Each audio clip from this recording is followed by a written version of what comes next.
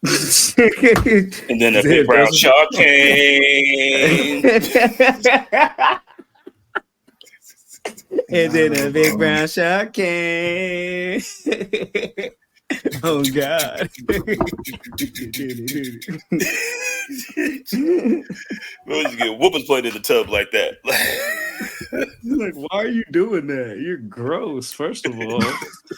Second of all, why are you playing like that?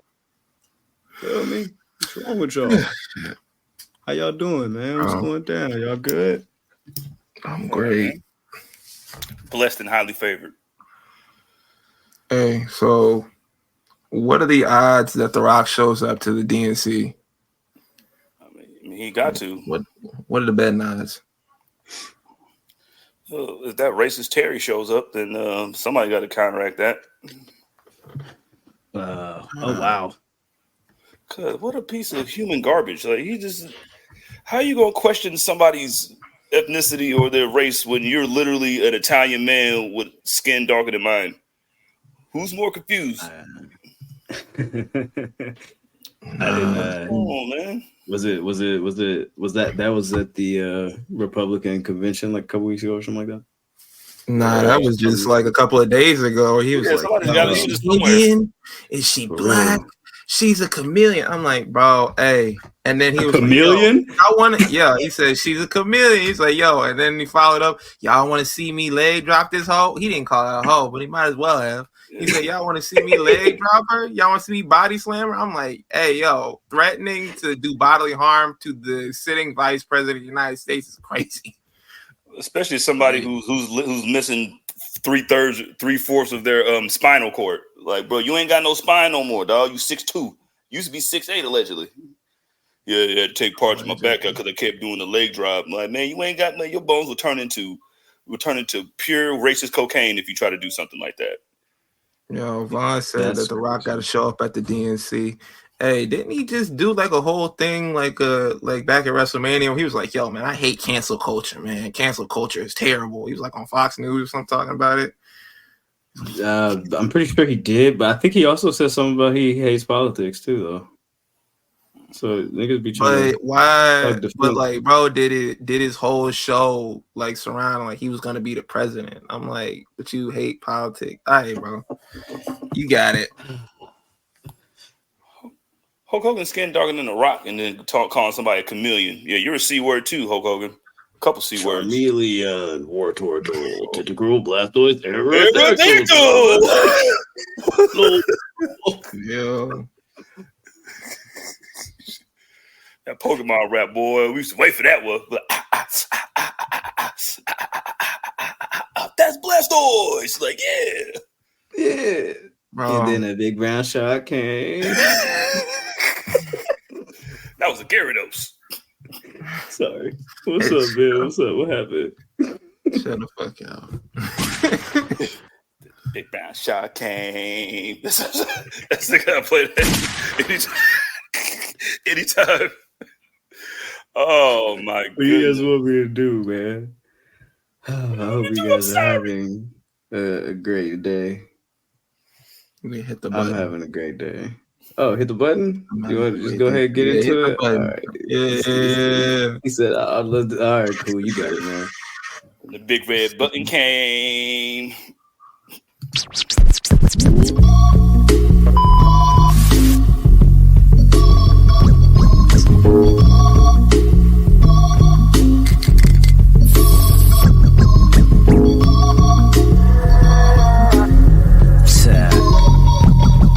Tell him. I probably send your bitch to give me some chicken. If you ain't knowing, Lily, it's the list.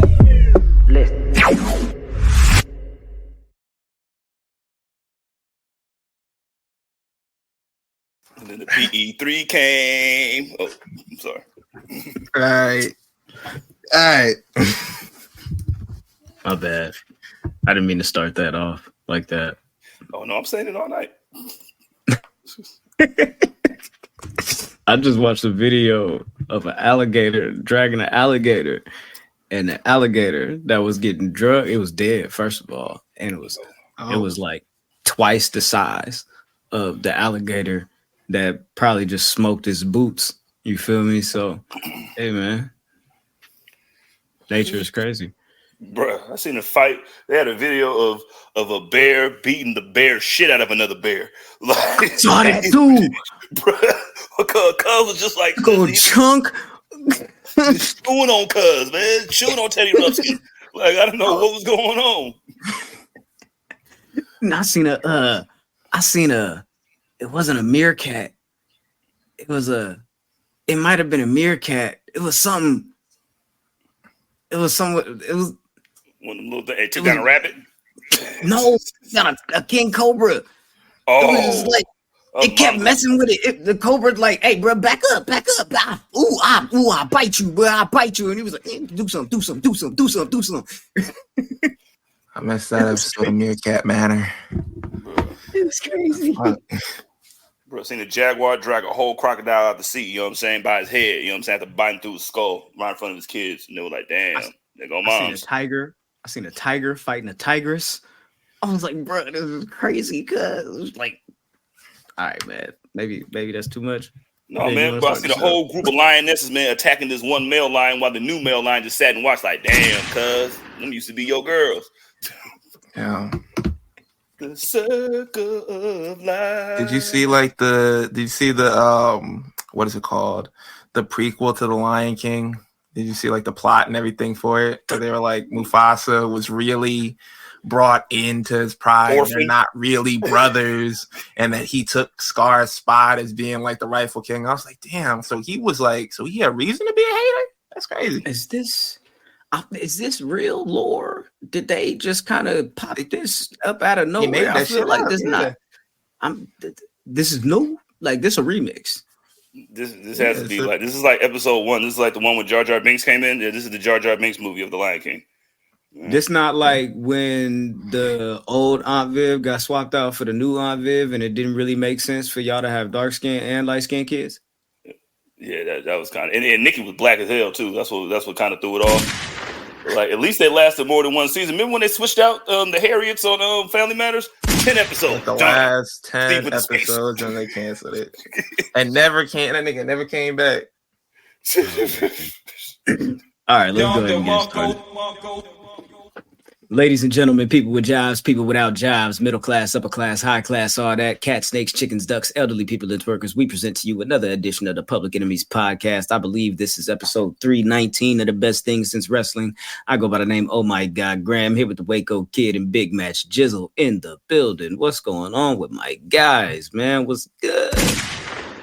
Gang. Huh?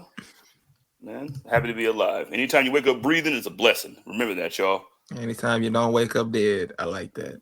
Mm-hmm. I'm saying, bro, I be trying not to wake up dead so hard, bro. But it'd be tough, bro. It's like you gotta go through so much, jump through so many hoops. Older black people love saying that shit with their whole chest. Like if you ever grew up in church and they get up and testify, I was like, yo, I could have woke up dead. How, nigga? You could have woke up. Excuse me? I could have woke up dead. And that's not how science works. Sir. All right. Woke up dead. All right. God works miracles. Shout out to the Thriller video. Shout out to Jesus, yo. Jesus did some wild shit. Shout out to Jeezy? It said Jesus. Jeezy? No, the G. Well, I mean, they probably called Jesus Jeezy back in the day, turning water into wine. My bad, Ali. And really sad. You call Jesus Jeezy the wine man. I'm making dinner time. Jesus the snowman. Yo, what you doing? Teach these niggas how to fish? Like, all right, for sure. Teaching these niggas? Teach these niggas how to fish real quick, Dad. What you want? What you want, Dad? What? Oh, what? You know, you probably had a 2-way back then. You know what I'm saying? Like, what you want? What you want, Dad? A 2-way. Jesus with a 2-way. Jesus and Kelly Rowland. Yo, that's Kelly Rowland. They said Kelly Rowland was writing text messages on a spreadsheet. It was a spreadsheet. It was Excel. And then a big man shot came. Named Nelly with ecstasy. What do you guys want to talk about, man? What do you guys want to talk about? We got a couple of things to get to, a couple of things to get through, but we'll start with a couple of quick hits, a couple of little small little pieces of news here. Hey, man, first and foremost, before we get into it all, before we go into like all of the news, waking up dead means you're in eternity. See, Vaughn, see, the game. The game. Woke up dead. Sleeping in my grave. I was like, all right. I don't want to go into what I was going to say now. So with that said, congratulations to Psychosis. Psychosis was just inducted into the AAA Hall of Fame this past weekend at Triple Mania. You feel me? This was like probably the best thing that happened on this show, because if I tell you the things that they did at Triple Mania this past weekend, you would cut off our program right now. I don't want you to do that. I don't want you to do that. In fact, I want you to watch the entire episode. I want you to enjoy this episode. So the only thing that I'm going to tell you about Triple Mania is that Psychosis was inducted into the Hall of Fame. So while we're at it with this good news, spreading joy between one and another, that still makes sense, actually. So with that said, but while we spreading joy between one and another, you feel me? You know what I'm talking about? From this, that, and the third, please go ahead and smash that like button. Hit the subscribe button if you haven't. Follow us at the Enenmies P3 on all social media platforms. You feel me? Tap in with your fellas. You know what I'm talking about? We here. We around. Yeah, straight like that. There is a DraftKings Wrestling Combine. It is going to be on September the 4th with Black Label Pro. The participants are going to be Jordan Grace, Mandy Sachs, formerly known as Mandy Rose, Ash by Elegance, of course, Dana Brooke, and Zaya Zhao, formerly known as Zaya Lee. This is going to be 4 women and 4 men competing in a series of athletic competitions to find out who is the fastest, the roughest, the toughest. You feel me? Bianca Belair's not going to be there, unfortunately. So how is this possible that we're going to crown, you feel me, the toughest athlete in the building? You feel me? That's the women. That's the women. As far as the men go, this is really disappointing. But here's the list. Mike Rallis, formerly known as Riddick Moss. You got Parker Boudreaux. You got Moose, and there's like a surprise person that's going to be there participating in this DraftKings Wrestling Combine. So there's that. What is the purpose of this? Like, what did they get? I don't know, some type of prize. Is DraftKings going into wrestling? Like. Nah, DraftKings is hosting a Black Label Pro event, which is in collaboration with this. So it is the same event. I believe Raj Desi, Jinder Mahal is the Black Label Pro champion. He'll be wrestling that night. Mustafa Ali will also be there as well. Exactly. A paycheck, G Nation. See, G Nation be spot on. You know what I mean? But yeah. They're getting to pay their light bill. That's surprise, man. You that's what it is. Have food in the refrigerator. Then the big black moose came. And then a big black moose came. Zaya beats him. She's my pick. Oh man. Before I go any further, man, rest in peace to Afa Anawai, the Wild Samoan. We had just a couple of months ago lost Sika. So that's crazy how like sometimes these things happen, whereas family members, significant others like pass around the time that another has passed. But I mean, they were both, pretty in pretty bad shape, you know what I'm saying, towards the end there. So I would like to extend my condolences. I'm sure these gentlemen is the same. We would like to extend our condolences, our flowers, and our love to friends and family and all of that. Anything you guys want to say? Go ahead, Chisel. Man, it's crazy, man. Like it probably kind of shows, it's kind of poetic and beautiful. It shows how close they were, because it's kind of like they shared one heart and one couldn't go without the other. So I remember there was reports going on and people was reporting wrong, saying that that he passed earlier than he did, and I just hate when people do shit like that. Like you gotta like when family doesn't put it out, it's like I'm not. Nobody should trust anything. But exactly. Man, Like they should be together. Like I'm glad they get to be together, man. I'm saying prayers up to that whole family, man. They just they just went through this. You know what I mean? Like, and we got to do another one, like another funeral. You know what I mean? So I can only imagine what that family's going through. But like, yeah, man. Like Alpha was like, yo, like he was my favorite part of WrestleMania 9, man. Like I didn't grow up watching the Wild Samoans. You know what I mean? Like my uncles and shit did. So they told me about him. Like, yo, them bad motherfuckers ever. Like you hit him in the head and nothing happened. Like it was crazy. And then my version of Alpha was him being the manager of the Head Shrinkers, and he was just like the perfect manager. It was just like, yo, this motherfucker. Like I remember he hit that boy Scott Steiner in the back with that stick, and they just took the camera off him. Like, okay, here's Caesar's Palace, y'all. Like it was like he was my favorite part of WrestleMania 9, and he was just so like he always just like I just love the way that he was really part of my childhood. So yeah, man, rest in peace, man. That shit sucks.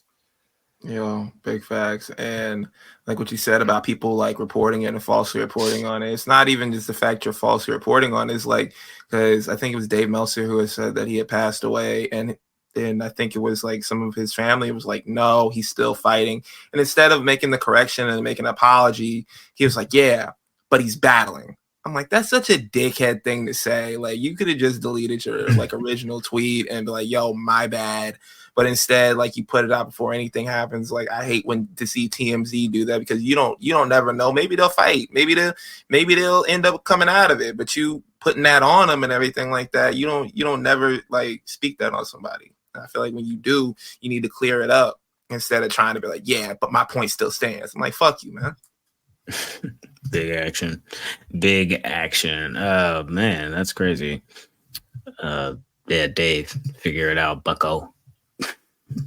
Let's see. Yeah, bucko. Andre says, I know it's their job, but sucks Bloodline have to work and get through it all that way. Prayers for their mental health. Yeah, I wouldn't have been like, and I'm sure like management and all that they probably would have had to fucking scramble. But I mean, I'm sure they would have been okay with, all right, let's push this back maybe another week or two. You know what I'm saying? But who knows?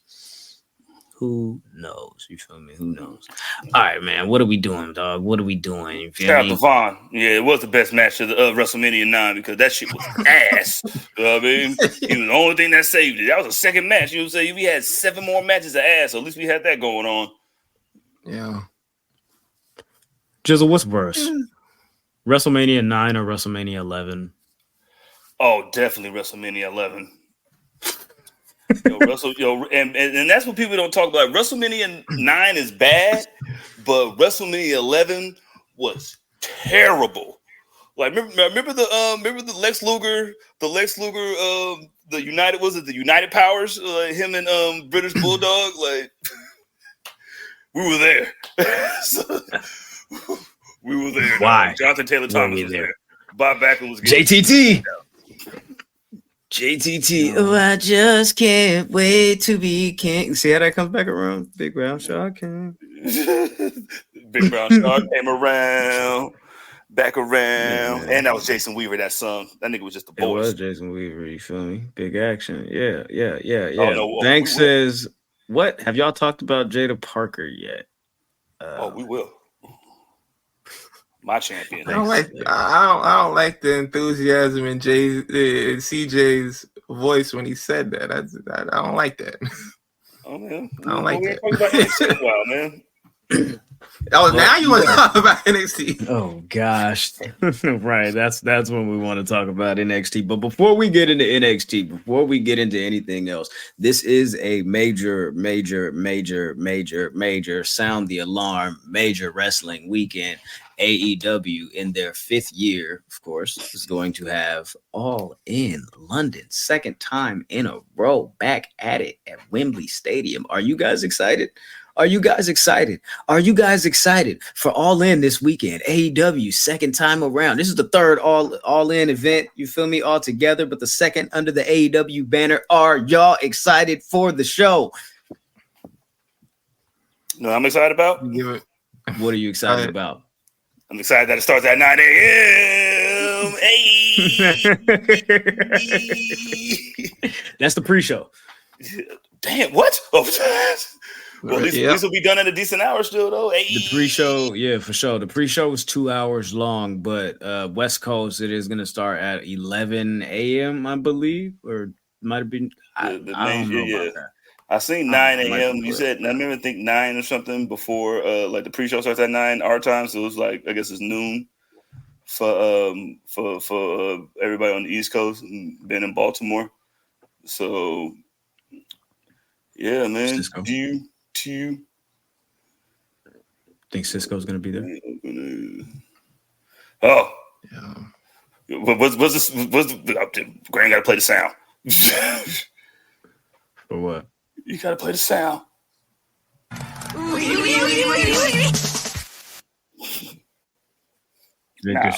Well, if it Oakland A, I got work. I got to enjoy, man, before they send that team to Vegas like they did my other one. Oh gosh, gracious! That's 100% gonna happen. But no, let's talk about AEW, man. They got All In coming up this weekend. I don't think Okada's gonna be on the show. He doesn't have a match yet. I wonder why that is, but neither here nor there. Neither here nor there. Not my business. I don't book the show, but I would like to do predictions. Let's go ahead and get into predictions. Would you guys like to do predictions? Yeah. Nah, you guys don't want to do predictions. You guys don't want to do predictions. Pick out 17 matches. Who's gonna win? Oh, you know what? You're in luck because there's only 10 matches. Oh shit! And actually, my light. I think there's only 9 on the main card. So single digits? Go ahead and really single digits, man. Let's get into it. Listen. We're recording this episode before Rampage and before Collision. So Tony Khan could very likely add 16 more matches before Sunday. I just want to let you guys know that. For now, 10 matches, as G Nation says in the chat. Yes, indeed. For now, 10 matches. Card subject to change. See, there you go. That's exactly what it is. Card subject to change. You know exactly how this goes, CJ. And for those of you that don't know exactly how this goes, let's go ahead and get into it. The following contest scheduled for one fall. AEW All In is this upcoming weekend, August 25th. Let's go ahead and get into our predictions for the show. First of all, actually, you know what? I don't really want to do predictions for the pre-show because it's 0 hour. And as of now, there's only one match. Willow Nightingale, Tomohiro Ishii, Chris Statlander, and Stokely Hathaway. Go ahead, Ben. I said that's going to be good, though. that one, it'll be worth the watch. I'm not going to lie. You want to do predictions for it? No, I don't want to do predictions for it. I just want to say the match is going to be fun. It's going to be fun. I just want to say that I'm going to enjoy it. Yeah, thanks. That's all. I'm with you. So yeah, definitely looking forward to that one match on the 0 hour pre-show. For now, I'm sure there's going to be about 2 to 3 more matches added because that's just how Tony Khan rolls.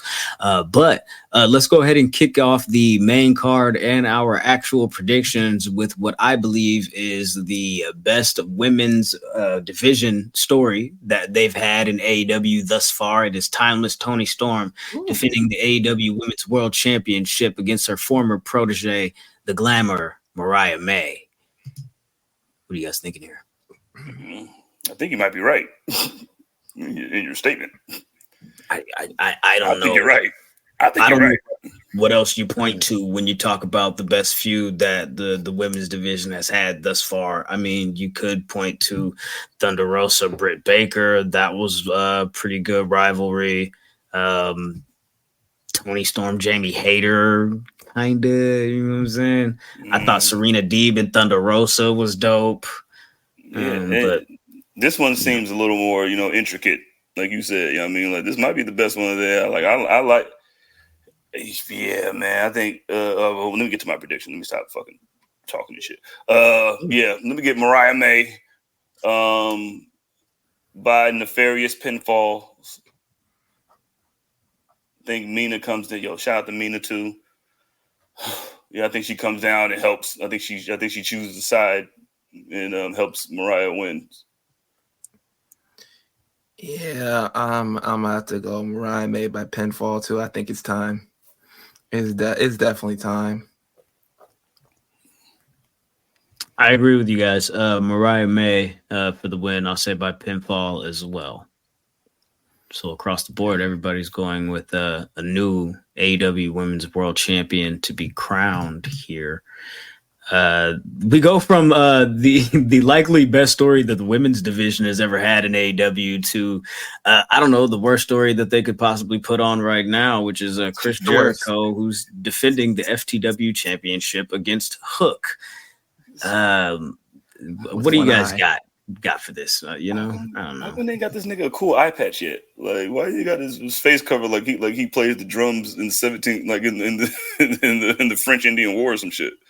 Like, he's got his eye just wrapped up, looks like this. Would they be playing the flute and then somebody coming down with the drums too? I know what you're talking about. Oh snap! I just connected the dots. You said somebody's playing the flute on the Blueprint 2. Jay-Z said, "Unleash the flutes on them, Guru." That was a Rockefeller project. Hook is dating Dame Dash's daughter. Whoa. Wait, what? Oh, he is? And What? then that big brown shark came, and then that big brown shark came. Hook is the culture, man. Yo, we gotta get him. Hook got about that 1/3 of Unreasonable Doubt. Then I just connected the dots. That's crazy. Hey, shout out to Latrell. Latrell says Jericho retires. Jericho just did an interview where he was like, "Yo, man, they I hear them chanting, 'Please retire, please retire.'" He's like, "I'm not gonna do that. I love it here. I'll never leave." I love the game. He's threatening I love us. the hustle. Jericho said, "If I leave, the fans still gonna want me, man." No, we don't want you now, bro. they ain't gonna get me like that. Chasing that farewell tour like Sting. You ain't Sting. That's funny. That's funny. You ain't Sting. That's funny because if you get the reference, that's really funny. That nigga Paul Pierce never recovered. Never recovered. That nigga was telling niggas he was buying hoes on camera 3 years later. Man, but yeah, I guess Hook. This storyline has run its course. Hook by pinfall. Yeah, if I could have things how I want them to go, Jericho would retain, leave the arena, get lost, make a left turn somewhere, end up driving onto a rickety, dirty, nasty, dingy bridge in which he decides to just end it all and jump off of it. And This got dark. This got dark. I didn't say that he was gonna die. I just said he swims away into distance and and never to be seen again. But since I can't have that, but he would do that with the FTW title because I'm sick of this. I'm sick of this merry-go-round that they got going on with Hook. It's been like 3 years. Why are we a year later from the original All In and Hook is fighting to get his FTW title back? This is like the 5th storyline with Hook fighting to get his FTW title back from whoever the fuck has beaten him for it or stolen it for whatever reason. And if they don't have anything else for him, I don't understand what the point is for him to remain here.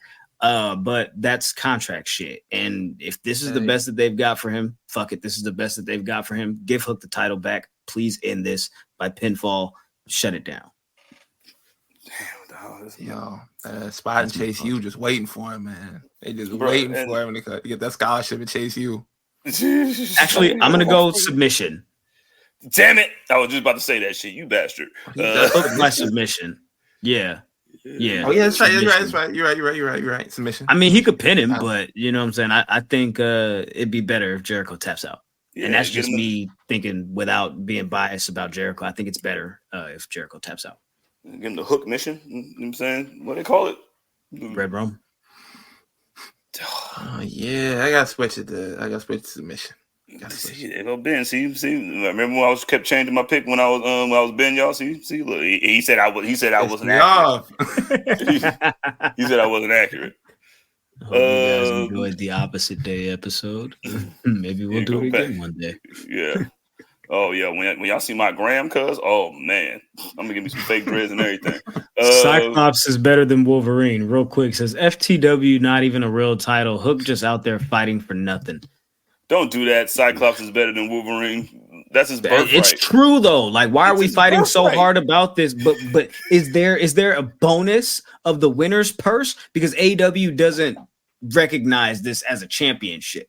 You know what I'm saying? Like, what is the significance, and why is it so sought after outside of his birthright and it being heirloom family lineage shit? It's not an important belt. It's not. But we was talking about niggas fighting over a bracelet, but yeah, nigga, the Hook got to win. Like, I think he got to win quickly. I think, like, especially you coming out there with one eye, like, man, don't do that. I'm gonna let you have that, but don't do that. Okay. Damn, I gotta stick that in. I didn't know if anybody heard that shit. No, because usually it'd be me and Ben, but me and Jizzle could do this. We can do this.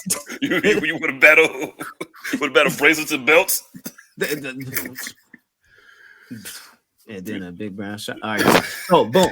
Listen. Bracelets and belts is hilarious because, like, what are we doing? All right, let's get into it because another belt. Or if we want to talk about the devaluing or the elevation of a championship, right? The difference between that. The American Championship is on the line. This rematch, MJF, Will Ospreay. The first time they went at it, it was on the Dynamite 250 episode. They went just under an hour, 59 minutes and 58 seconds. Tony Khan has described it and coined it the buzzer beater. This is their rematch. This whole thing with MJF renaming this championship the American Championship and going on this whole run. Ben, you enjoyed the Peter Griffin suit? Yo, I was like, damn, bro popped out in that just to get cooked by Will Ospreay for like 15 minutes. He was cooking his man. You're like, hey, man, Tony Khan told me to show up because y'all just out here in the main event hugging and doing shit. He needed a real nigga to come up and do some stuff. So he called me. Like, thoughts on the future and your pick? All right. Thought the suit was corny. I was like, bro, you kind of overdoing it. We get it. You Mr. MAGA man. I got it. It's cool, but you just tone it back a little bit. I'm like, you're not that guy. But yeah, no. I gotta go with MJF. I mean, I talk a little shit about it, but I gotta go with him. They didn't just change the name of the belt and the belt design just to be like, all right, turn it around, give it back to this nigga. Like, nah, it's MJF by pinfall.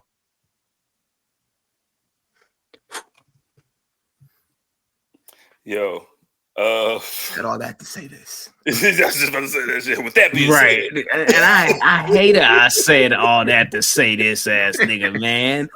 I'm gonna go with Will Ospreay by pinfall. I think this feud is stupid, but I do recognize that it is basically the opposite day remix of what Will Ospreay did with the U.S. title in New Japan. So MJF is at it again, remixing somebody else's story for his own benefit. And it's like we could literally put together a This Is the Remix compilation with MJF feuds. And but yeah, I'm gonna go with Will Ospreay. I think he gets his win back. And he gets the title back here. I agree with Graham. Countryman. All right. You know what I mean? Will Ospreay, pinfall. I think he's going to hit 3 Tiger Driver 99 to the 2000s. And we're going to put 3 of them. Like, drop him on his neck, pick him up, another drop on his neck, pick him up, drop him on his neck, and then he wins. Back-to-back comment. Here, Trell says, hit the damn move, Will, and Victor Nash says Ospreay wins, especially after Bryan Danielson told him to use the Tiger Driver 91 last night. Yeah, that's pretty much what's gonna happen there. Andy says the same thing. I don't care about the result on this one. Just need Ospreay to hit the Tiger Driver 91. I do believe that's exactly what's gonna happen. But I also do believe that Kyle Fletcher and or Don Callis will get involved in this match as well. Yeah, somebody's gonna get involved. Man. Double Mark Davis. Man, no, ain't doing that. Everybody's getting out the way. They put the ball in Will's hands. Like he's Derrick Henry now. He's their leading rusher. But when that man, I remember last year when that when that shit hit. Oh my God, boy! He said it only took 4 beats of my music for me to win them over. It took you 4 years. He said they loved me until you came here and you messed it up. Bro, I will say this. MJF does that well when he like reveals his actual reason that he doesn't like somebody is because he's jealous of like whatever they have done or whatever they have built or whatever the people love about him that he's not able to gain or able to attain himself. I like when he does that reveal and then he does like the oh shit, I didn't mean to say that shit out loud. Did he go try to say that's like a kid ain't yours? Right. Yeah. He said, "Well, them little kids might be day free."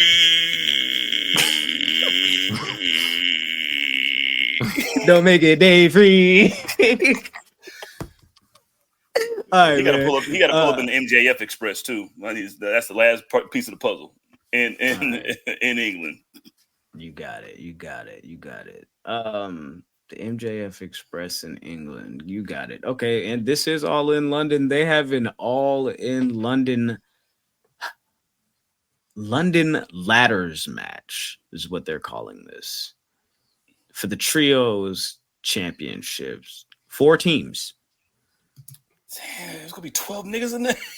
You've got the Patriarchy defending against the Bang Bang Gang, against House of Black, and a mystery team.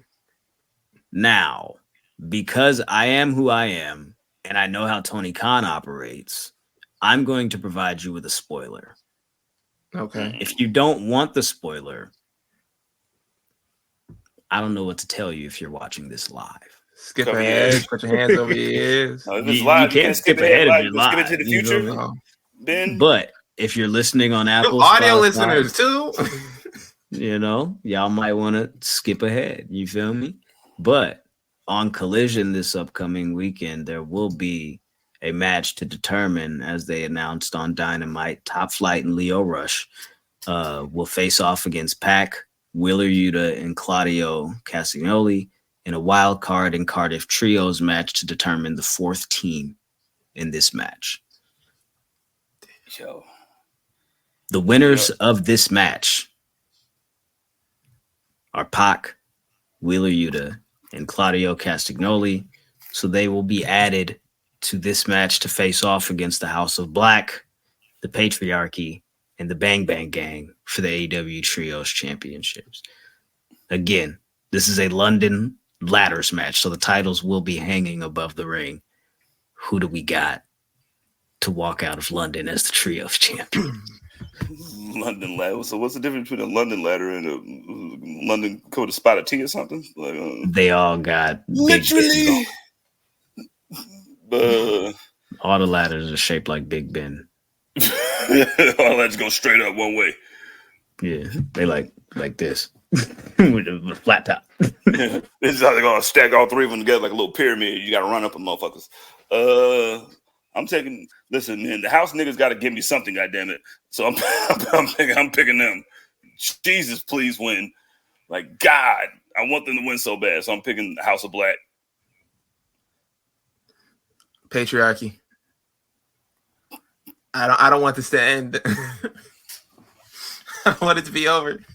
I don't believe that the BCC and Pac are going to win, because why is he teaming with them? Didn't he team with them at Blood and Guts last year and he walked out on them? So why would we kick it with you again? I don't know. The house niggas, man. The house niggas. I don't see it. I'm going to be honest with you. Let's go with the Patriarchy to retain. by Hell yeah. I don't know, grabbing the shit off the ladder. Nick Wayne. Yeah. Real JM. Yeah, a ladder match. Thank you. Ladder match. Thank you, Real JM. That's what it was. Ladder match in it. Yeah, there you go. All right, next up, we've got the TBS Championship on the line as Mercedes Moné takes on Britt Baker. This is the CEO versus DMD. You were 1 of 4. Jizzle, I was 1 of 4. You first, CJ. What do you think about this feud? And your prediction? Yeah, I had a lot to say last week. I still think that they're trying too hard, man. I think the crowd for the little, because they did the little contract signing at Dynamite last night. If y'all didn't watch it, that opened up Dynamite. They did the contract sign, and it was like, yo, and y'all can't touch each other, blah blah blah blah blah. And she did her little fucking. I heard somebody say this shit, but it was like, yo, man, why are they making everything in women's wrestling about the women's revolution? Come on, cuz. And Britt just seems so non-convincing to me as a baby face, just because I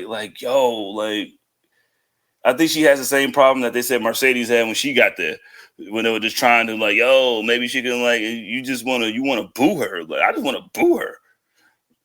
And I don't know, man. I think they need to get away from each other. I think that shit's been deader than waking up. So I got Mercedes winning, and I got Jamie Hayter coming back just to beat up Britt, and then maybe they could do something, because I want them far away from each other. So I'm got Mercedes by nefarious pinfall as well.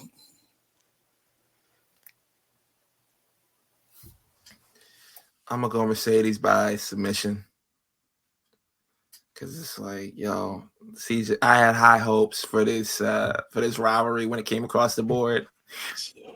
Extremely high hopes. I said this is gonna be better than Toni Storm and Mariah May, and I was just wrong. And I just want to add this onto the list. And sometimes I just be saying stuff. Sometimes I just be saying stuff and just get lost in a moment in recency bias and all that type of stuff. But you shouldn't listen to me sometimes. To be honest. That is hilarious. I agree with you though. This is one of those feuds where it was like, oh, if Mercedes goes to AEW, the Britt Baker thing is gonna be a thing. And now that it's a thing, I think a lot of us are like, damn, why did we ask for this? And I think a lot of people are projecting this same energy of what's happening here onto Ethan Page and Joe Hendry. But that's I like that though. I'm kidding. He never sandbags him, bro. Joking. That's what kind of turned me off this rivalry. When I watched it back, I was like, damn, she did take a long time to get in the ring. I was like, why is she in the ring? Ben, you were sneaking through the crowd. Ben, you weren't here. Self-serving. You weren't here when we talked about that shit. I think you had to leave for a little bit. I was like, bro, how do you try to set up a diversion and then just totally kill your own diversion, my nigga? You did this whole elaborate plan and then still took your time to go out there as this poor woman who just put this mask on, and then she getting her ass beat by Camille, and then now you gotta, and then you want to get in there and then look in the camera while putting your glove on and shit, nigga. Like you about to do a root canal for real? It didn't stop there, because Camille was trying to get her to let go, and she wouldn't let go. And she finally, when someone's tapping on you, like, come on, man, get the fuck up. And it's not even like she's hitting on her. She's shoving her. It just felt like, it was just sandbagging. And that's what kind of turned me off of this rivalry, where I was like, I was here for it. I liked the segments. I liked what they were doing. But after that, I'm like, yeah, I'm not with this no more. She looking all on the camera like she DMD Deadpool and shit. I don't need you breaking the fourth wall in my wrestling. You know what you was there to do. Old girl just got her ass whooped for 47 extra seconds because you want to take your time. Because come on, man, get this out of here. And I also think that, Britt and Mercedes just didn't live up to the high ass expectations that we had for it. So that's going to happen. But yeah, I don't think it was going to be this bad. I'm gonna go with Mercedes by pinfall. I'm gonna say pinfall on that one. But yeah, Mercedes hopefully chicken whatever fingers in they've my got mouth? next for them is come on, bro. That's crazy. She beat her with her own move, dog. Yeah. Still your finisher. I mean, she's got her own submission, so I think she can use her own. Yeah, the CEO statement. Yeah, there you go. All right, somebody is looking to make a statement in the Casino Gauntlet match because there apparently is a guaranteed world title shot as the prize for whoever wins this match. The Casino Gauntlet match is a gauntlet match, I guess, where people come out at random. 2 people will start, and then at random, more people will enter the match, and it ends whenever there's one pinfall.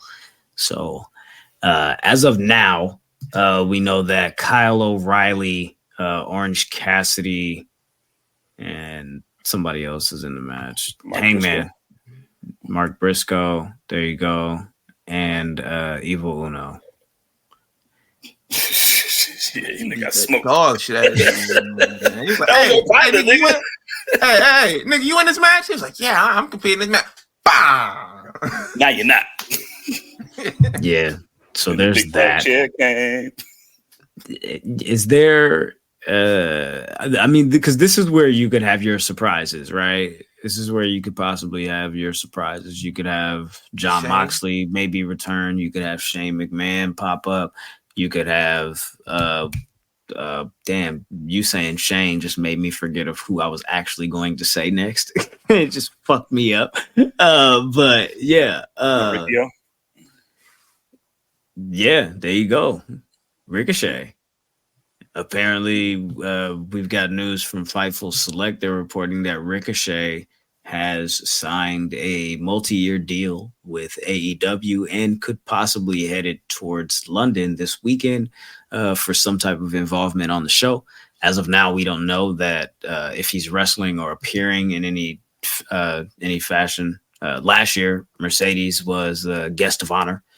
Is there a possibility that Ricochet could be the guest of honor this year and not actually compete in the match? Possibly, but he could also pop up in this match. But what are you guys thinking for this Casino Gauntlet? I'm personally thinking that Hangman has to win this, or else what the fuck are we doing? Evil Uno, right now. Put my money on it. You know what I'm saying? Minus, he's probably plus 17,000. You know what I'm saying? I gotta check my locker app. And but nah, yeah, I'm picking Hangman too. Like it's got to be. Yeah, I think Hangman got to win because, like, you know, it's fucking Hangman. He wins stuff like this, and he has to finish his story. Who are the announced participants again? Come on, bro. He said Hangman, Mark Briscoe. You forget sometimes. Hangman, Mark Briscoe. We got Kyle O'Reilly, and then Evil Uno so far. Damn. So The only person in this group who actually sounds formidable is this Hangman. I guess I go with Hangman too. What about Bobby Lashley? What about Shelton Benjamin? What about Mustafa Ali? What about Adam Cole? What about Adam Cole? Oh, that was disgusting. So yeah. Then a small ball shark came doing flips. I go with Hangman Page. Yeah, I'm going with Hangman. I think that's a safe bet too. So yeah, I'm going with that. I did not mention also, by the way, the winner of the American Championship match with MJF and Will Ospreay will face Pac at All Out for the championship. So there's that. Nobody worried about that, nigga. Just saying, if anybody wants to change their pick. Yeah, do a black arrow up the ladder, nigga. In it. There you go. All right, so we got that Hangman for the gauntlet. That's is that what you said, Jizzle? Yeah, I got Hangman. Okay, sorry. I was gonna say across the board, but then I didn't want to lie. So with that, we've got the tag team championship match, triple threat. The Young Bucks will defend against FTR and the Acclaimed. Yeah. I hate this. I hate everything about this match. Why do you hate everything about this match? I'm tired of these niggas fighting each other, man. Like, goddamn. Like, Jesus, man. What match? I mean, which section? Bucks, the whole thing? All of them. I've been tired of Daddy Ass and them. The Acclaim, excuse me. I've been not feeling them for a while. Like, I think they kind of Private Party definitely could have been their spot. Shit, Private Party could have been an FTR spot. That's what I'd ask for. These niggas is always in, like, I know they're a tag team, you know what I'm saying, pure wrestling graps team. But damn, man, like, how many times, like, I'm picking the Bucks. You know I'm picking the Bucks because I'm like either one of them other teams, dog. Even though I fuck with both teams. I'm just tired of, I don't know, man. Maybe I'm just spoiled and I'm old and grumpy. No, I completely agree with you. I think a lot of people agree with you that the tag team division has been very lackluster. The Bucks won these titles against FTR in that ladder match at Dynasty, and this is only their second defense. That was in April, and we're in August, about to be in September. And I don't understand what they're doing with the division. I understand that the Bucks have less dates on this new contract or whatever, but you got to build some substantial story and some compelling like stuff around this division because I don't know what's going on. I'm also going to go with the Bucks to retain here, just because why not? Yeah, I don't think either of the other teams are hot enough to take them off their spot. And I don't even think the Bucks are hot right now. So there's that. My bad, Ben. Yeah. I got to go with the Young Bucks too. That's a safe bet because I'm like what you said. Neither one of these teams are heating up. I feel like the Acclaim, they're always trying to recapture that kind of run that they had a couple of years ago where everybody was like loving them and everything like that. But I'm like, the love ain't there no more, bro. It's not there no more. You're trying to regain that. And I'm like, that was a special moment in time. Then after that, they were like, hey, man, you kind of corny, bro. Not gonna hold you. They were like, hey, these raps kind of corny, bro. But do you think everybody loves the Acclaimed can work as a heel catchphrase? Like go back to being heels? I mean, the New Day. I mean, it started out as heels, didn't they? I think people just like Bowens too much. Like I think because Bowens was fucking hilarious and dope as shit. I think they're like I think niggas want to hate Max. Like, well, they don't want to hate, they do it, but it's hard to hate Bowens, dog. Like that nigga's fucking hilarious. And then like he came back from knee injury and shit, and then like he's just fucking like he's really like like you know what I mean? Like, that's just fucking hilarious, dog. Like I want that nigga to be champ. You know what I'm saying? Just not with this nigga. You know what I mean? You know what's crazy? And I completely forgot that they were already heels. So yeah, Ben, good point. Cyclops is better than Wolverine says, I was in the crowd when Private Party beat the Bucks in 2019. I thought they were next up. Still haven't won the tag titles in 5 years. WTF. Yeah, you could say that about a couple of teams. Same thing for Top Flight. And the Hardys. I mean, come on. And Private Party had them niggas wearing silk do-rags. Yeah, and eating beef patties and cocoa bread, shit like that. All right, so next up, we've got the coffin match. Jack Perry defending the TNT Championship against Darby Allin. Yeah, so there's that. This is that. What do you say? You know, they've tried to kill each other. Darby hit this man with a fucking truck. Jack hit this man, Darby, with a truck after he got hit by a bus. Darby set Jack on fire. Tried to do it again. I'm going to go with Jack Perry to retain. He lost last year and then got choked out in the back. So, like, my nigga, you owe me one.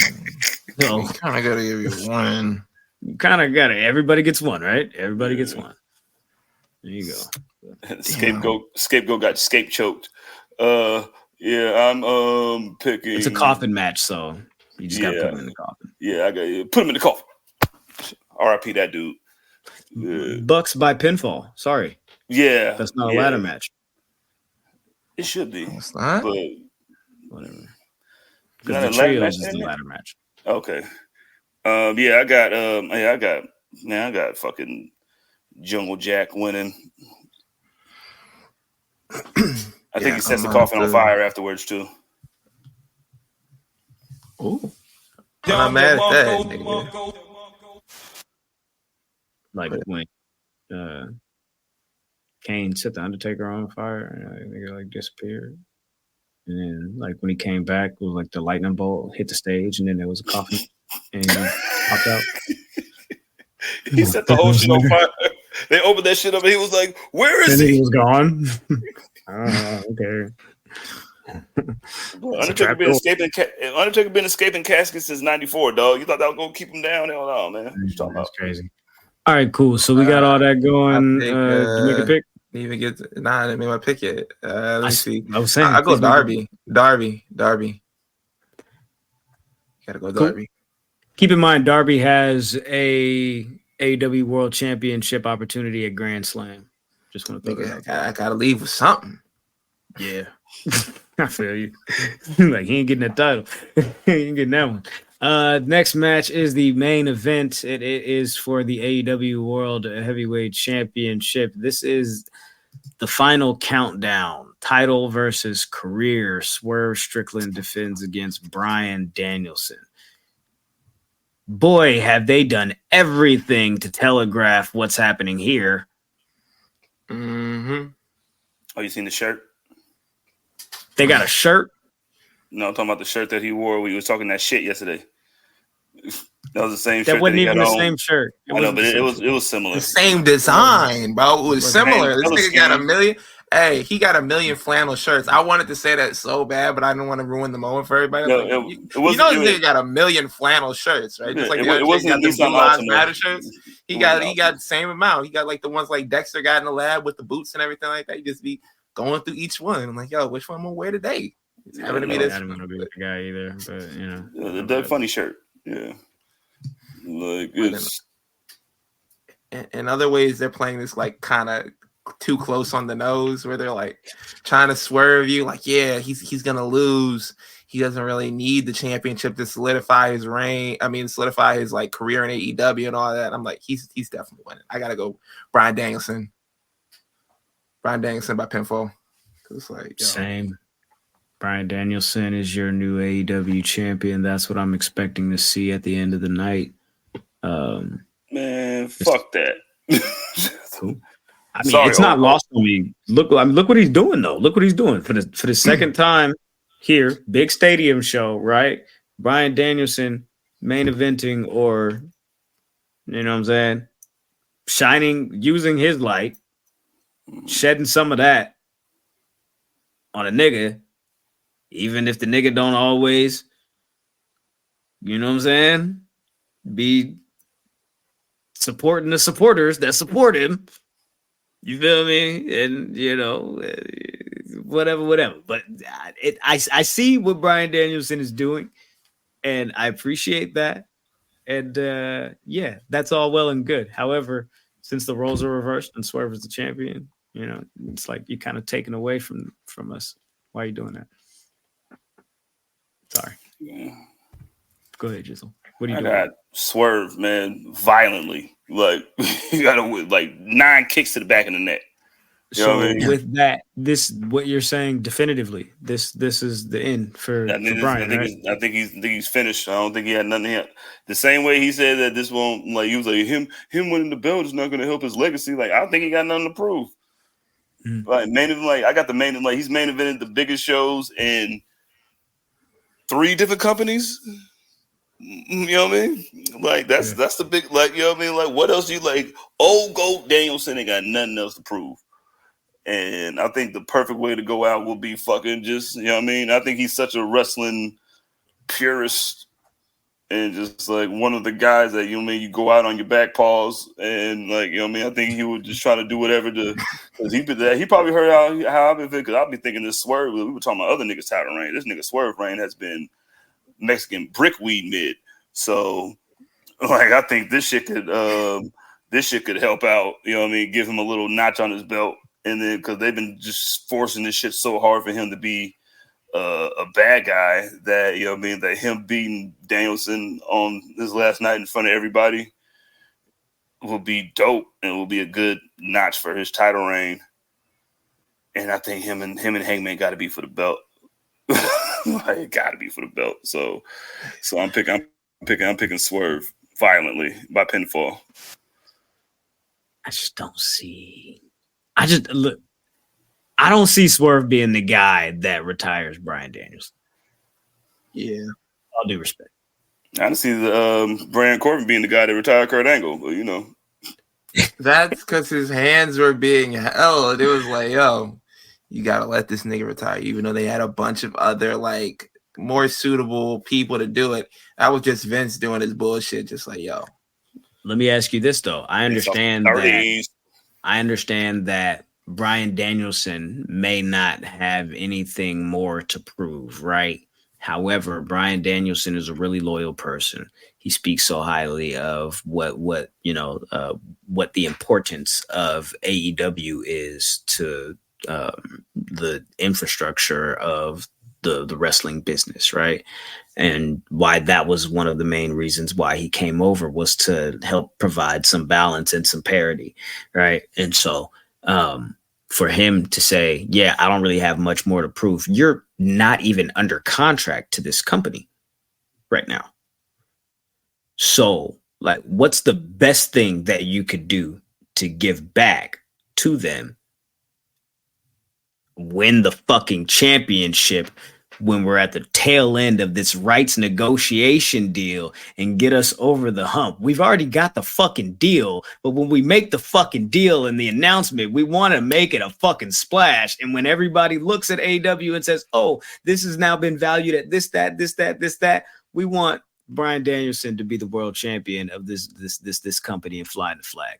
I don't know if we want this nigga to be the champion when we do this. I don't know. Emphasis on that last part. Why not? The niggas don't Emphasis like on the whisper.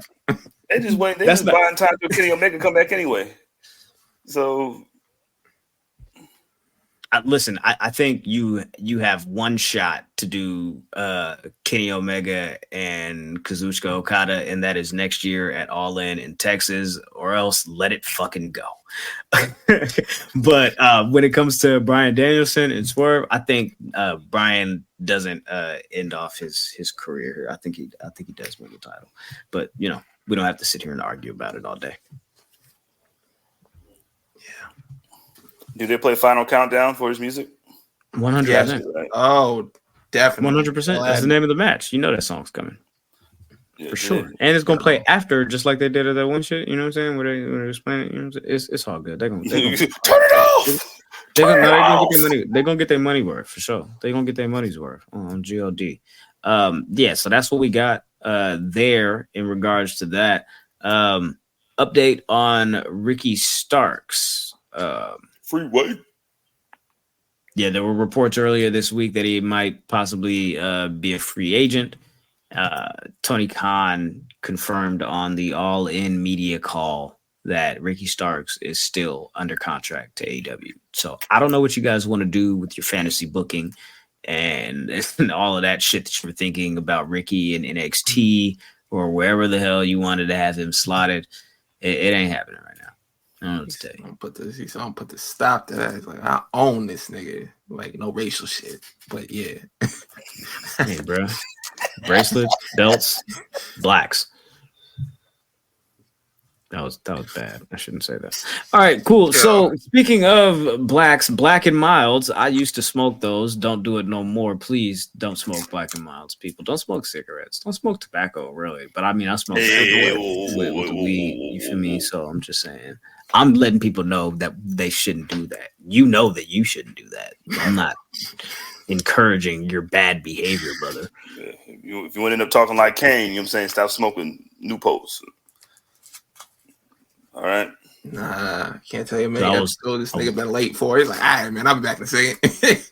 I was going into a Black and Milds, you feel me, segue, so I could bring up Shannon Sharp and his interview with the Invisible Man. You feel me? I watched the whole thing. I'm like, why is this nigga sitting here talking to himself? You know what I'm saying? But you know what I'm saying? That's neither here nor there. I be talking to myself sometimes. So, you know, don't worry about that. Anyways, John Cena was on Club Shay Shay with Shannon Sharp this week. Said he doesn't listen to rap anymore. It's a lie. I don't think that's a fucking lie. I 100% believe him when he says that. No, but he said that Roman Reigns is the GOAT. He's the greatest of all time. And to back up that statement, he pointed directly to the stock figures. He said that, hey, Roman Reigns has been on top this entire time since he got here. Day one. Boom. Day one. Remember? As soon as he came in, it was like strapping the rocket to his back. You feel me? And he said that at that point, the WWE stock was at $11 and like some odd change. You feel me? Now it's at like 100 and some whatever with TKO and all of that, whatever. So that he's saying that coupled with attendance, merch numbers, all of that shit, he deems Roman Reigns as the GOAT. What do you guys think of that? I think he's being you think he's just being modest? Do you think that he's yeah? Go ahead. Why do you think that? And if that's not the case, like, do you think that he believes he's the GOAT, or is he just what is it? I think he really believes that. I think he really believes that because how do I say? So because him. If anybody understands the hardships and the trials and tribulations that Roman Reigns had to go through when they first made him the guy where they forced him down everybody's throat, it's John Cena. Because he went through the same exact shit. And then the only difference between their careers is that Roman was willing to fucking pull the trigger and turn heel. You know what I mean? Like, I think that he really respects his decision. I think he just really respects how hard he works, and then like how he had to learn on the fly type shit, like just being thrusted into the fucking shit. Cause you remember, like we talk about that shit all the time. Remember how Cena was fucking just flambeing that nigga when it was in their fucking feud, and like nigga he had to learn how to do shit on the spot, and then like and that title reign, dog, like nigga he had the belt for like 4 years. Like that shit's fucking like you ain't seen that shit since San Martino type shit. So, like, I think he really believes it. I also think he's trying to be modest. I think he thinks he's Mount Rushmore. But I also think that he believes that Roman is. I think he believes that he is the GOAT because he actually got to see it all right in front of him. He basically called that nigga Steph Curry. You know what I'm saying? Like, yo, man, when they put the ball in his hands, nigga, it was $11. Now that shit's worth like $200 a pop. You know what I mean? Like, I don't know what's going on, but I'm like, who else is gonna be? I think he believes that shit. Like, and there's nothing more than a close-up from John Cena to stamp that. Still Bret Hart though, but you know. Yeah, because I was gonna say. So who's your GOAT? I know your GOAT is Bret Hart, right? But he says, all right. So he says, all right, boom, it's Roman, and then Dwayne instead of Austin.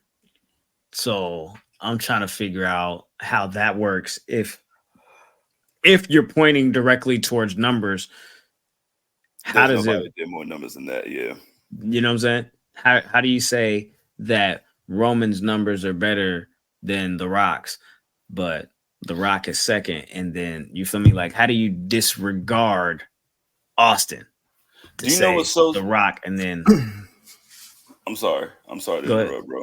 No, but like the thing that's so sick about Stone Cold's run, that it was like his main run was like 6 years. It was 97 to 2003. And he missed a whole year with a neck injury, and then he was still number one. Like, you know what I'm saying? That's some Gale Sayers shit. Remember, like Jim Brown, like, you know how niggas say Jim Brown's the best running back ever because he won like 5 championships in a row and like 5 MVPs in a row. Like, that's Stone Cold. Like, so I think I think Stone Cold is definitely he cannot be not be in your top 5. But like, it wasn't a question of top 5. It was a question of who is your number 1. We said Bret Hart when you was running around taking the shit. Like, I said, bro. All right, bro. I heard that. Like, but people always point to Bret Hart and they're like, "Yo, he never brought in a dime when he was champion. And no one cared." They say the same thing about Shawn Michaels when he was WWE champion. But fuck it, whatever. But like that's what people don't try to give him credit for. Like, nigga, I was going head to head against NWO, nigga. Of course, we had to get Bret back, nigga. Thank God the Austin 316 shit happened.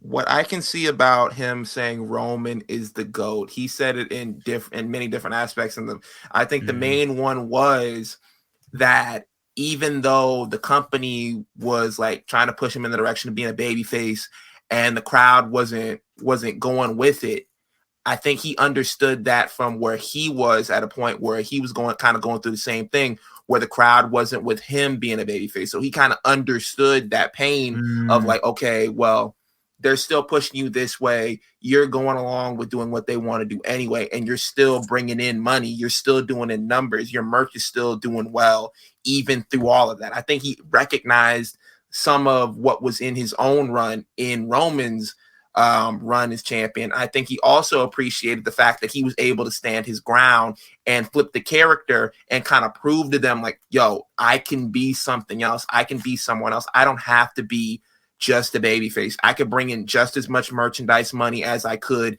even more if I was a babyface. I think Cena secretly always wanted that, because there was a time where he was going to be a heel, but Vince walked it back and he got new gear. He had done a new song and everything. And Vince was like, no, we're just going to keep you going with the babyface. I also think from the money standpoint, he's right. But if you want to take Austin's numbers in, if you want to add inflation, they stand up just the same. I think he's probably saying that from like the point of like, okay, when he first got there from the Shield, he was always at a position of being on top and being able to maintain that through. Like what CJ said, Stone Cold's run at the top was like what? Like what you said, 6 years? It probably would have been longer if it wasn't for the neck injury, but those 6 years, same thing with The Rock. The Rock's run at the top was like, what, 5-6 years too?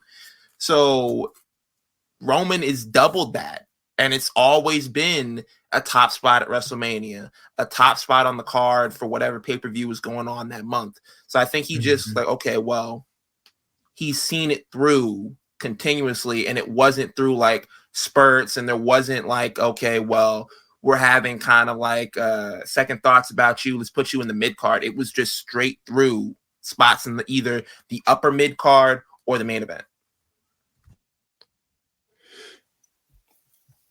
And this shit is crazy. The shit's crazy because, like you said, like Stone Cold, like you say, Stone Cold had the 7 years and shit, but like Stone Cold's still top 5 in merchandise sales right now. He ain't wrestled a real match, even though he beat the shit out of. You know, I ain't gonna count that shit. It was 19. Yeah, but you know what I mean? Like he's still top 5, top 3 in merchandise sales. Now he ain't wrestled in 20 years.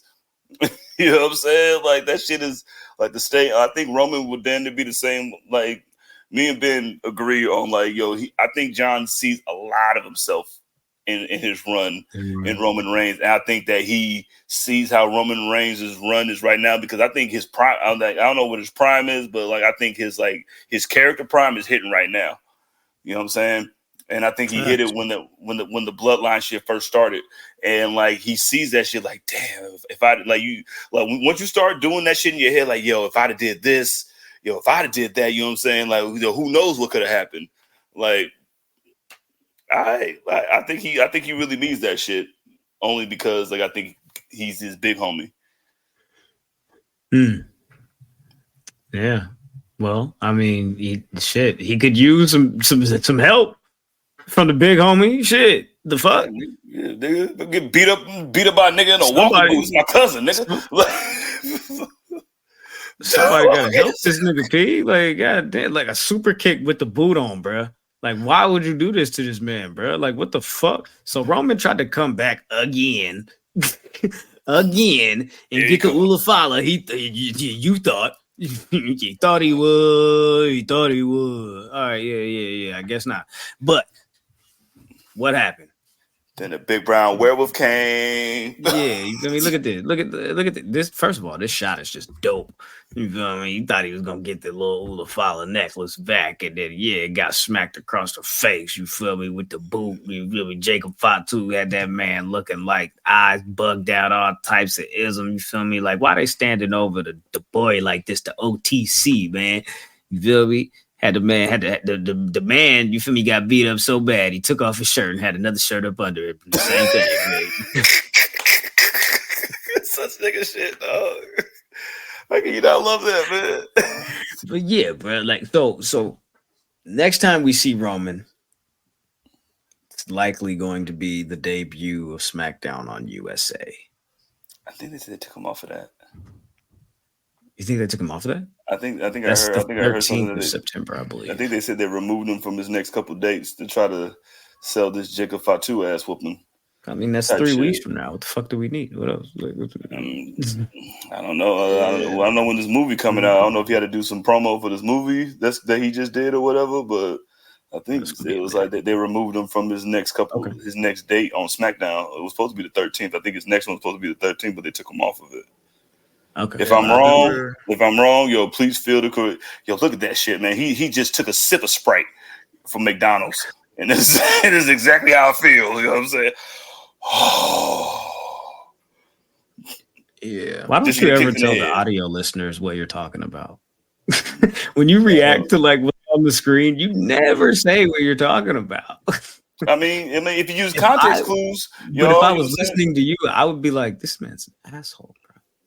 Hey, if you're listening to me, if you're listening to us, and we were just talking about Roman Reigns for the last 15 minutes, and then the picture comes up, I said, "Look at him, man! This is like we take a sip of Sprite." Oh, you know what I mean? You can just use your imagination, y'all. It's subjective. We're talking about 7 other people at the same time, though. Like, yeah, Roman's bloodline got 98 cousins. All right, yeah, you're absolutely right. So, y'all, I was reacting to the Roman Reigns picture when he got the Umafala back and then put it on his neck for 32 seconds before he got kicked in his head by Jacob Fatu with the walking boot on. And I was going to pose the question to my esteemed brothers: what do you think is worse? Bracelets or belts? Which one's worse? Which one's worse? Bracelets or belts? I don't know, bro. What's worse? What's worse to build a storyline around? Or necklaces? It's definitely the FTW belt because that bracelet means more than that. So you're absolutely right. The shit? Oh yeah, 100%. Earl Sweatshirt said, "Why you got necklace? Why you got Why you got necklace? Why you got necklace? Why you got so many necklace on? Why you?" Yo, that big brown shark game. Why you got necklace? Why you got necklace? No, but what do you think is worse? Super kick with a boot on, or super kick with spikes on the bottom of your Jordans? Oh, the walking boot for sure. I think the walking boot. And the spikes though, didn't the spikes explode? Oh, they did do some shit. The spikes exploded. Yeah. I mean, they exploded. The walking boot, I feel like the force behind it would do like bad damage. The force behind an explosion, Benjamin. That's not a real explosion. That's a real walking boot. That's not a real kick. It's a real foot in that. There's a real foot in that shit, ain't it? And they putting thumbtacks in the mouth sometimes too. So if that happens, you know what I mean, that adds. I think you putting thumbtacks in niggas' mouths and then kicking somebody is still isn't as worse as getting kicked by Jacob Fatu in anything. Can I tell you guys something? What's that? It's just us here. We're just guys, right? We're just dudes. Right. I put my foot. Not my foot. My toes. You're sick, nigga.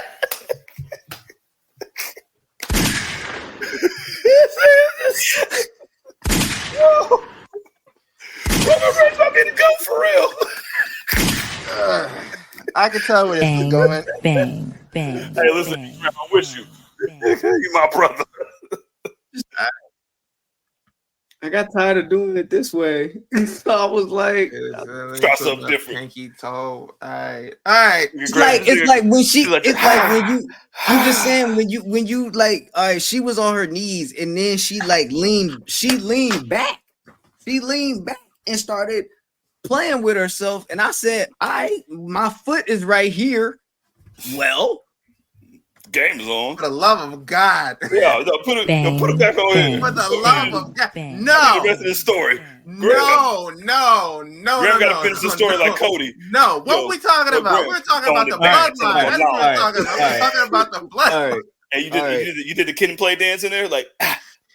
Sorry, I got off track. I don't even remember how we got here. All I remember is I got there because I read that story about T.I. and his wife, and that was that.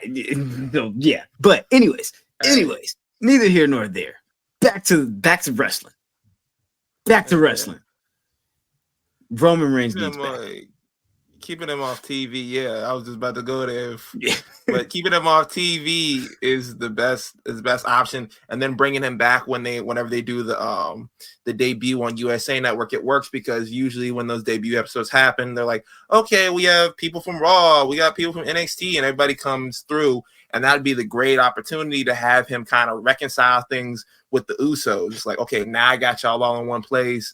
He starts apologizing, kind of making like strides to be better, and you kind of build on that for like the next couple of weeks and kind of go from that mode. So I think that would be the best. And also after that ass whooping, I think you got to keep him off TV for a couple of weeks. It only makes sense. Yeah, I feel it. So if not the debut of SmackDown, when do you think is the best time to bring him back? That episode. Wait, when is SmackDown debut on USA Network? The 13th. Oh, damn. Well, they got to switch that up.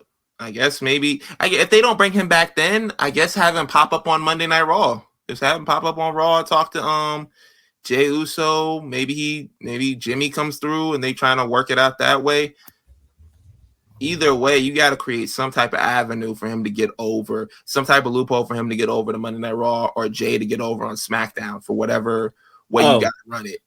Yeah, well, the easiest way to do that is Roman doesn't need a loophole to do anything. He's a free agent. Remember, he pulled himself out of the draft. Oh, yeah, you're right. So he could pop up on either show. Okay, so fuck the USA Network episode. Yo, you just pop up this show. You know what I mean? I just say the USA Network episode because that's a big splash. They would want a big rating for that show. You know what I'm saying? So I would assume that they would do something big on that show. You talking about SmackDown? Yeah, I was saying like what's the best time to bring him back if not that episode. I mean, I think you're right. Like this will I know I faintly heard it. I'm saying hopefully them Wrestle Talk niggas, yo Sat Yangi, if this is wrong, I'm on your head. They said that he might have got. I think he got pulled for that date for that show, but like he should have been like your Cody Rhodes is there. He's your champion.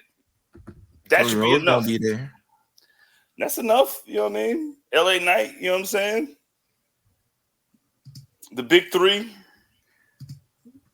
That should be enough.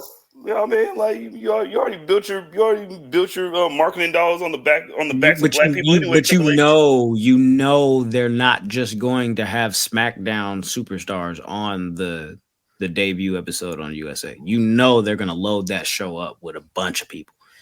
I mean, they're not going head to head against AEW. You know what I'm saying? So you ain't. It's not about that. It's about making the splash on the USA Network, and I don't want you to argue with me over this. You know how they do shit. They're gonna call Stone Cold. They're not going to give a fuck about the draft. Stone Cold. They're gonna call The Rock. Nigga, they're gonna do everything they can to make this shit as big as possible. They're gonna put fucking Obafemi on there, nigga, because they couldn't get Ricky Starks.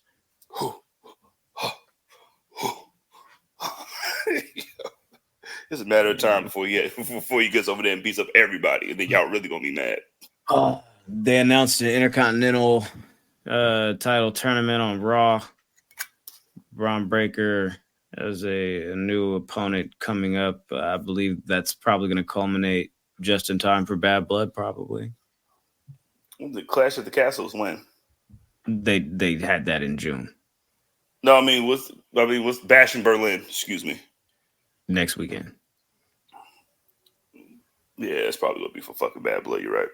The tournament starts on Monday, brother. Oh, it's a tournament, nigga. We can't do that shit one night like King of the Ring, nigga. No. They'll probably have a No, couple there's matches something on Bash in Berlin. Yeah, it's probably gonna be for Bad Blood. You're right. Shit, if it makes it on Bad Blood, it might be on the Raw before or after. Rab, the RABB. That Rab. Shout out to acronyms. They dope as fuck. Raw after Bad Blood. Yeah, man. Whatever. Then the big Bad Blood came. Talking about Whack 100. Jay Uso said he want to be in there too. Jay, they're like, yo, you think niggas be saying like, yo, man, they fumble, they're fumbling on Jay Uso right now. They fumbled the bag with Jay Uso. I'm like, yeah, I don't know what fumble means, and it shows. They was definitely putting this nigga at the most prominent places. They had this nigga in main events, doing the big entrances. I'm like, he's having him win the world title all in the midst of that while all that was going on. Y'all really thought he was gonna win right when Damian Priest was starting up his reign, and that is what really irritated me. I'm like, no, but yeah. Man, wrestling fans are fickle as fuck, though. Everybody wants something until they get it, and then they mad. It's like, oh, I don't want this. Yes, you did. You literally asked for this. You said that they fumbled that shit. So here you go. And now you don't want it no more, huh? Oh, maybe it wasn't as good as you thought it was, huh? Jay's doing the best he can. He has a #1 shirt selling and glasses, and he has a new song, and he's over as fuck. He can really do whatever he wants. So, yeah, relax and enjoy the rest of it. Also, like we said about the whole Roman Reigns thing, why would, like, yo, I know people are probably going to be pissed when he doesn't win the IC title, but it's like, yo, he has a prominent storyline coming up with the bloodline. And he's also said during interviews, he's like, yo, man, we about to get happy Jey Uso back. I'm like, I thought you was already happy. He's like, yo, nah, be even happier.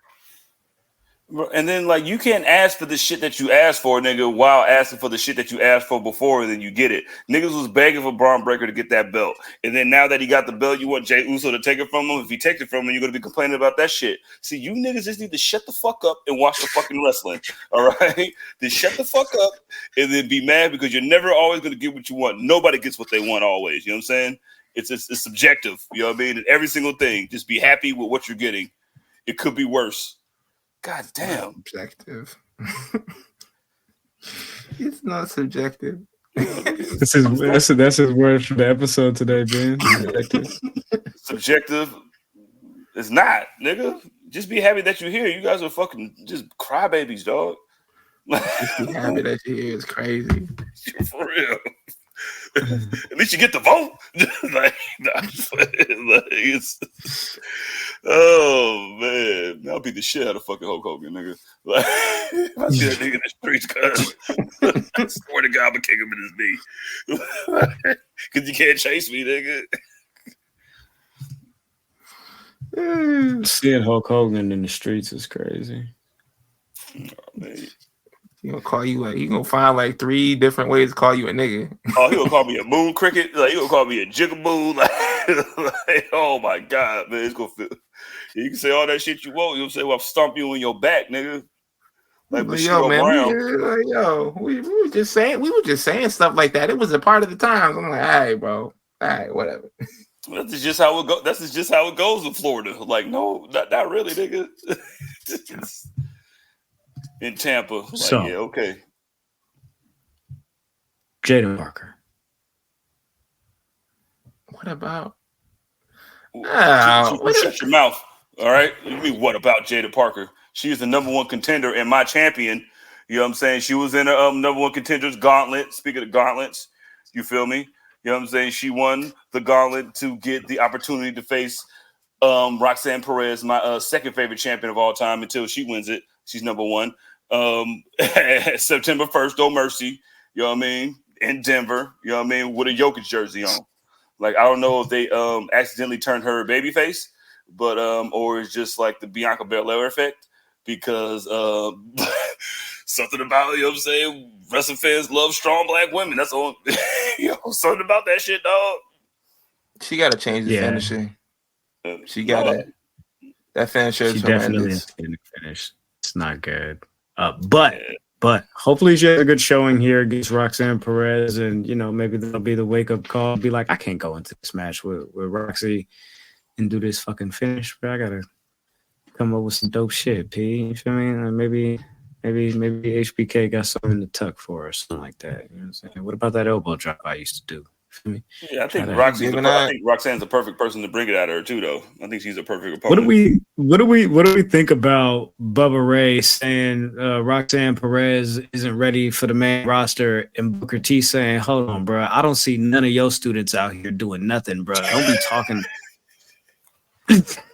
about mine, bro. Like, what you mean, P? Like, what you like? What? You want to repeat that, bro, around these parts? You feel me?" He was like, boy. He said, "Hey, bro," he said, "Bubba, I love you, nigga. I rock with Bubba. That's my dude. But I don't see none of his kids out here doing."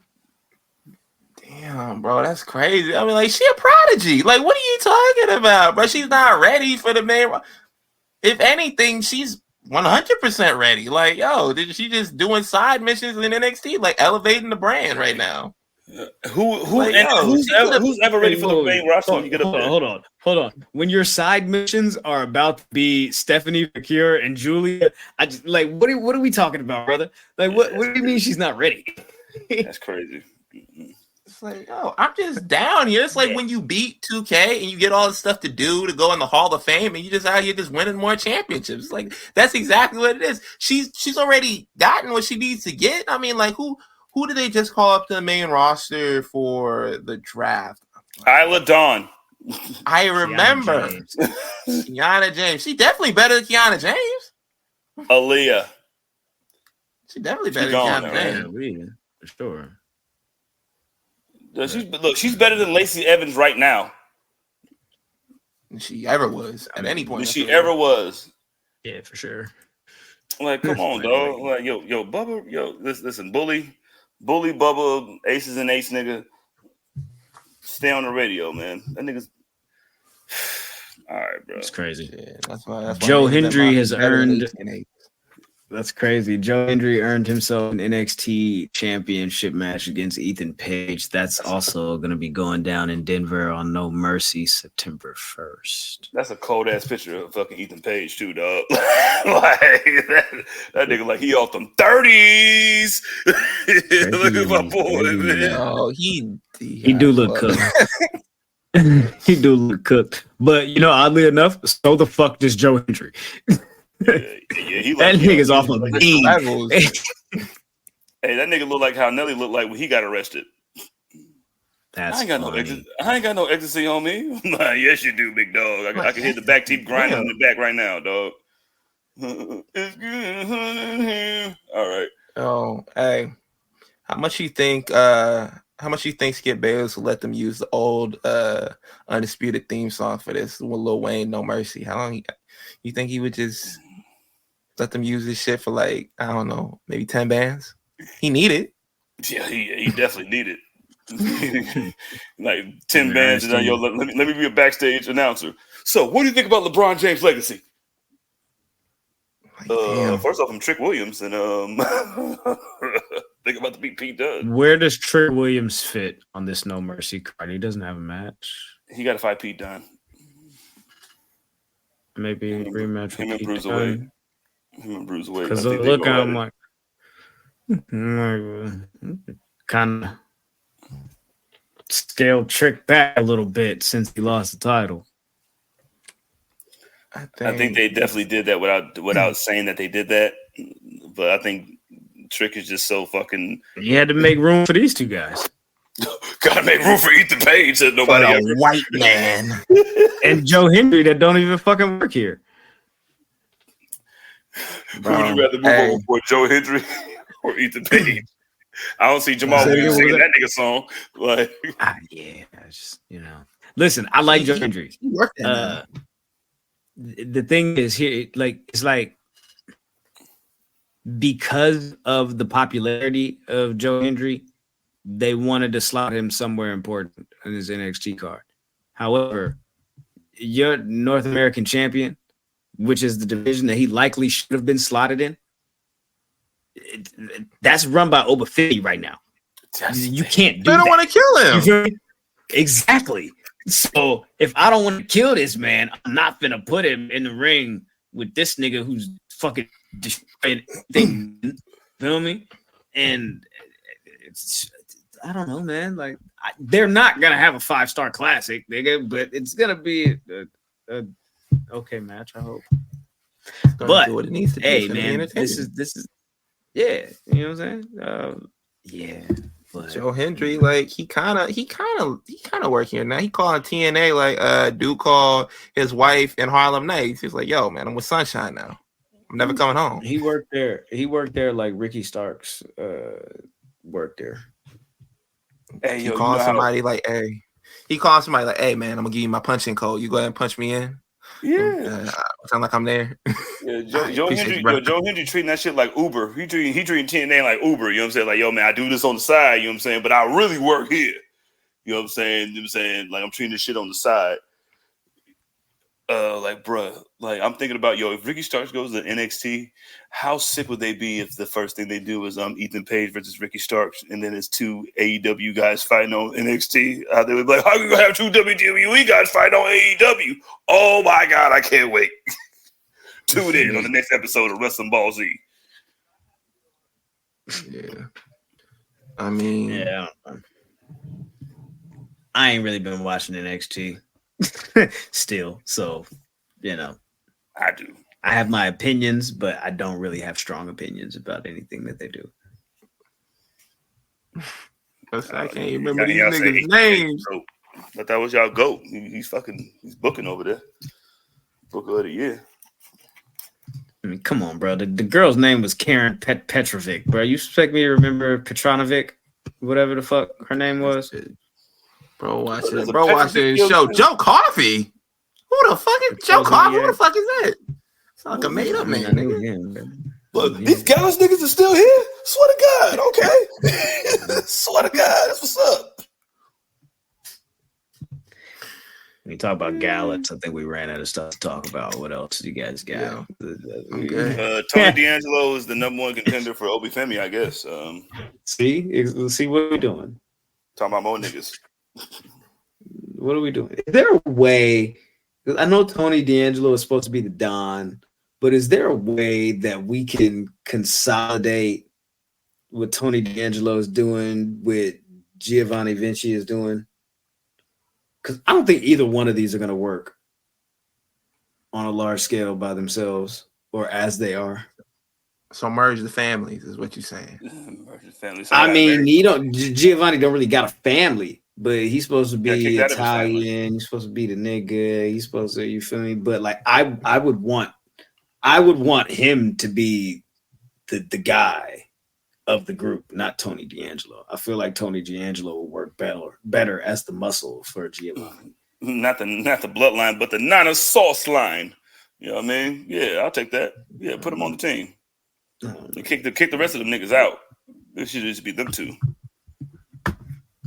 I wouldn't go that far, but you know, Jill will always want to take it to level 11. Yeah, why not? Why not? You can always go down. You know what I'm saying? He'd be like, "Yo, I got an idea." He'd be like, "No, I got a better idea. It's your idea plus some random shit plus Mars." Nigga. He'll say, "Your idea, which is perfect, plus Mars and the moon." Who says no? Set up everybody. Yeah. Too expensive. All right. Anything else before we go? I don't know. I'm good. Yeah. Yo, sign up for the Locker app. Locker app. Yeah, we're getting this in, baby. We got a fantasy league. And listen, I know y'all niggas was asking about. Listen, I know it's been a couple years since I smoked y'all in the PE3 fantasy league, but we are back, but you have to go on the Locker app. Yeah. You weren't close, nigga. I know you see you looking at me. Yeah, maybe your glasses will help you this time, but if you want to die, hop in that shit, dog. We can always get down. It's the locker rap, you know what I mean? $5 down, you know what I'm saying? We'll match your shit, you know what I'm saying? And, you know what I mean? Yeah, man, get in there, you know what I mean? Football season's about to start. Maybe we'll bring P3SPN back on here. Psych, I'm just playing. Go to the Patreon to hear that shit. But, yeah, man, download that locker app if you want to get on that shit, dog. We made something, and, yeah, football season's about to start. And no, you can't draft Caleb Williams because I am. Graham's drafting Jordan Love for his quarterback. I did not say that. But hey, man, make sure y'all stay tapped in, stay tuned in, stay dangerous. We'll be back next week with Bash and Berlin predictions, more banter, bracelets and belts, and a big brown shark came. Big brown shark came with bracelets and belts. Hey, I'm joking though. Follow the gang at the Enenmies P3 on all social media platforms. You can follow me at Oh My God Graham. Ben. You can follow me on Twitter, Instagram, TikTok at _Sunrise_. Yo, I'm Big Match Jizzle. Follow me at That's Me with an H. That's me. Period.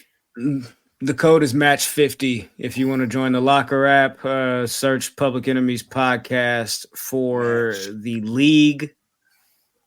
And I think we'll match. Yeah, there you go.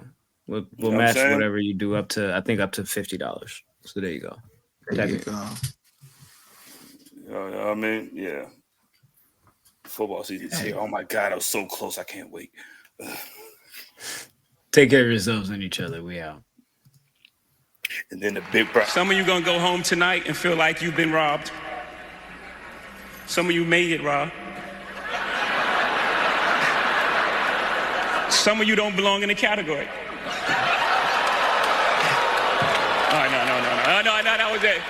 No, when I get nervous, I tell the truth.